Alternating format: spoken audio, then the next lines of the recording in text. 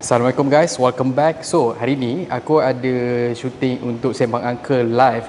Jadinya aku pergi ke studio untuk jumpa dengan J Hunter, and at the same time aku ada dapat message daripada kawan-kawan kita yang bertanya tentang game yang terbaru, iaitu Last of Us Part 2. Kat dalam tu ada memaparkan babak LGBT. Kita nak tanya sendiri dekat J Hunter sebab dia memang antara orang yang terawal yang main game The Last of Us Part 2 ni. So kita nak tanya pasal benda ni. Ni lah dia, streamer tak tahu nak buat apa dengan duit, beli apa benda-benda macam ni. Kalau aku tak ada lah. Yul Nas, what's up? Okay, ni studio Max. Dia tengah live sekarang ni. Inilah kalau korang tengok dekat Max Ace. Max Ace. Tengok, malu. Bilik kosong je. Kosong je, tak ada apa pun. Bilik kosong. Kau nak rekod apa? Sombong amat. Dan dekat sebelah ni ialah bilik Max pula. Siapa nama kau? J Hunter. Apa nama? Ya, J Hunter. Yo. Ui, ini apa ni weh? Ni rasuah. Sony. Ini adalah influencer kit daripada Sony yang diberikan kepada aku daripada Sony lah. Oh, Ya. Weh, serius weh? Kejap. Korang boleh tengok dia punya besar dia macam ni. Sekejap aku naikkan sikit dia punya apa ISO ni untuk korang tengok sendiri. Besar gila weh. Serius. So, untuk skala kita letak dekat sini iPhone SE yang baru ni. Untuk skala kan. Sempat belagak sebenarnya betul. Ni aku rasa dia bukan 16, 115 lebih kurang macam tu lah. Is apa in the middles of 16 and 15 dekat situ. Memang besar gila, and aku pegang tadi aku ingatkan macam kata ni proper je ni, tapi rupanya besi betul ni. Yup. Yeah. Aku rasa macam dah salah tanya orang pula sebab dia dah kena rasuah. Memang nampak panggil apa bias gila lah sebab apa nama tu, ini sebiji dia bagi ni semua. Dengan kata hanya orang US saja yang dapat. Ya, dekat Malaysia hanya ada satu je dapat sebab benda ni satu set untuk satu dunia ada 200 set sahaja. Oh, okay. So satu je dapat kat Malaysia. So kita tahu kat mana lah. Ya. Benda ni tetap juga sampai dekat orang Amerika lah. Sebab dia orang California. Kita continue dengan soalan daripada kawan-kawan kita lah. Dia tanya dekat dalam apa The Last of Us ni, satu dia punya hype dia sebelum video game ni release memang sangat dahsyat. Memang.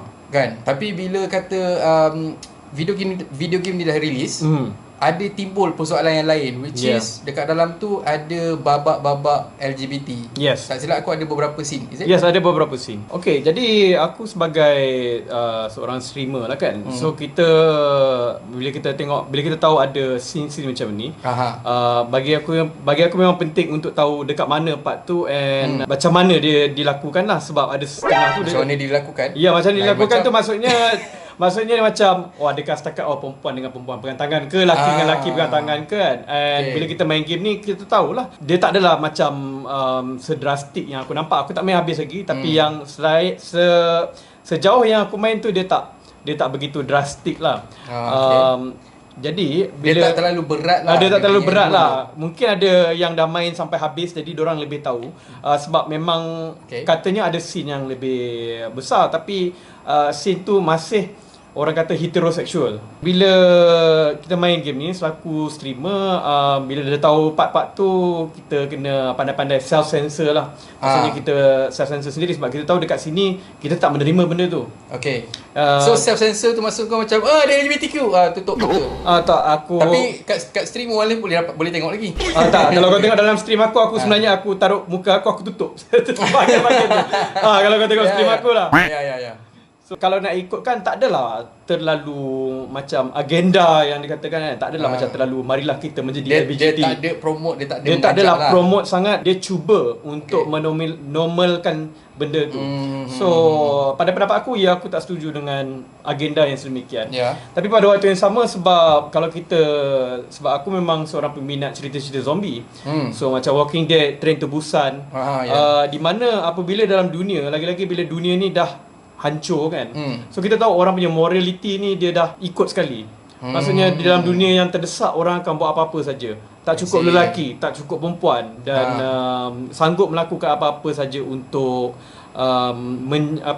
kita panggil melindungi orang tersayang. Itu satu. Satu lagi ialah memang tak ada undang-undang. Jadi diorang dekat dalam dunia Diorang zombie ni lah benda tu. Dia portray benda tu, and aku rasa benda tu adalah satu, kalau di dalam bahasa Inggeris kita panggil tropes. Maksudnya memang satu jalan cerita dalam cerita zombie di mana mereka akan buat apa saja. Pada pendapat aku lah, orang Malaysia for example, diorang selalu cakap kata apa, okay, ini agenda apa barat and everything semua kan.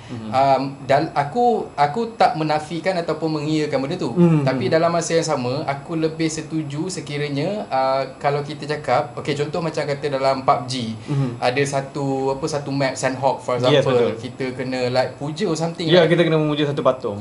Yes, yang mana okay, part tu aku dah tak main dah. Sebab before this, aku dengan wife aku memang kita orang gila main PUBG. Malam-malam semua kan, lepas tidur kain, kita orang akan pergi bertempur dulu.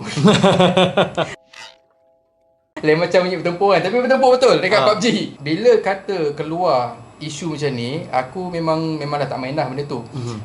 Tapi aku tak salahkan team Tencent 100%. Betul. Because dorang punya budaya lain. Ya, budaya dia lain, sangat lain. Ya, macam kata Last of Us ni dihasilkan oleh orang barat, betul? Betul. So dorang punya gaya dorang punya persepsi ataupun dorang punya pegangan memang sangat berlainan. Developer. Developer tu jadinya bagi dorang benda tu normal. Dan target audience dorang kebanyakannya ialah lebih kepada western, ataupun gamers not focus on the minority Muslim gamers. Betul. Kan? So that's why diorang rasa macam okay, it's okay lah benda macam ni, kita just keluar. Tapi walaupun kalau kita cakap macam tu, diorang pun tahu yang game ni akan menjadi kontroversi lah.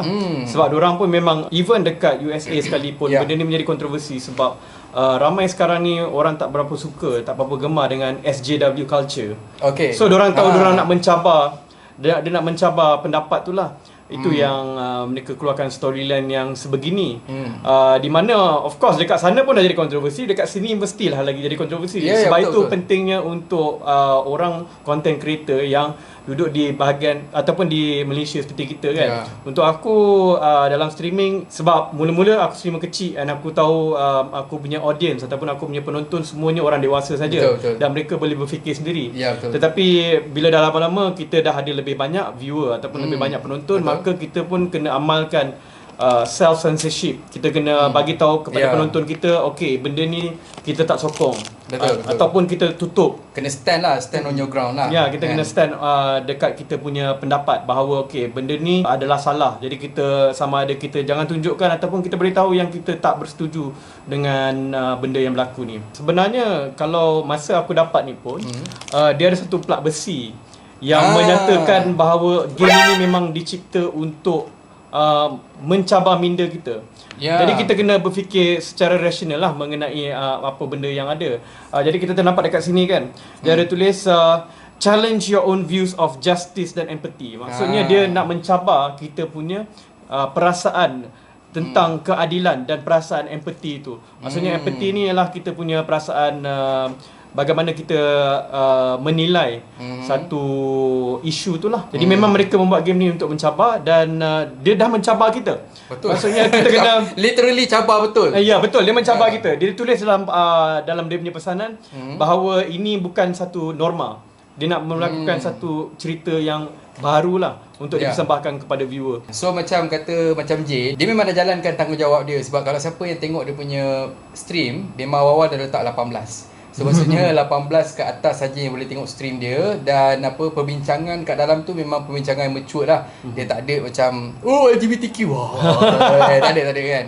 It's based on korang sendiri, pada siapa yang nak main game ni tapi dalam masa yang sama tak nak affected dengan apa benda ni semua kan. Itu terpulang pada gamers tu sendirilah, sama ada nak main ke tak main kan. Alright, so thank you very much J Hunter, and jangan lupa juga kita orang punya YouTube channel kita sendiri, iaitu Sembang Angka, and even J pun dah ada YouTube channel dia sendiri dan dia pun akan aktif dekat YouTube dia sendiri juga. Janda Hunter? Ya, Janda Hunter. Right. Jangan tanya aku apa kenapa nama macam tu. Alright, so thank you very much for watching and have a nice day. Stay home. Cik cakap stay home tapi aku duduk keluar. Abang janji abang delete. Nak tak Donivia Channel shoutout Instagram korang? Cara dia mudah je. Subscribe Donivia Channel, turn on notification, komen bawah ni dengan type nama Instagram korang beserta ucapan kurang daripada 20 patah perkataan. Akaun terpilih akan dimasukkan ke latest video Donivia Channel. Jom try!